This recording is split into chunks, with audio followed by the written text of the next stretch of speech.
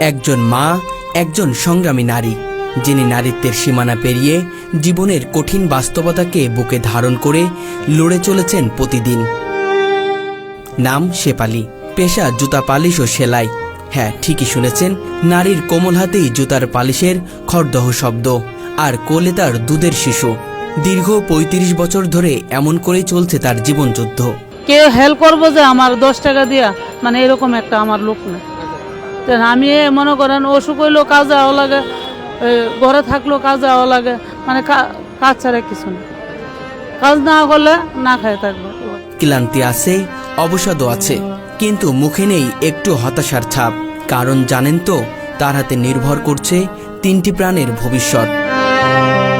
জীবনের নির্মমতা যেন শেফালীর ঠিকানায় এসে চেপে বসেছিল হঠাৎ। ৩৫ বছর আগে হঠাৎ ব্রেন স্ট্রোকে পক্ষাঘাতগ্রস্ত হয়ে পড়েন শেফালীর স্বামী। পরিবারের হাল ধরার কেউই রইল না। সেই থেকেই শুরু শেফালীর সংগ্রাম। আমার হাজবেন্ড প্যারালাইসিস, কাজকর্ম করতে পারে না, এর জন্য বাইর হয়েছি। তারপর তো আমার পালবো কে, খাওয়াইবো কে, একজন সন্তানের মুখে খাবার তুলে দিতে পারছি না কোনোটার মুখে। যে নারী আগে সংসারের চৌকাঠ পেরোতে ভয় পেতেন, তিনি আজ রাজধানীর ফুটপাতে বসে জুতা সেলাই আর পালিশ করে চলছেন। এখন তো মনে করেন নারী হয়ে করতেছি, আমার তো মনে করেন ভিক্ষা চাইলেও দিব না, আর খরাত করলেও দিব না। এখন আমি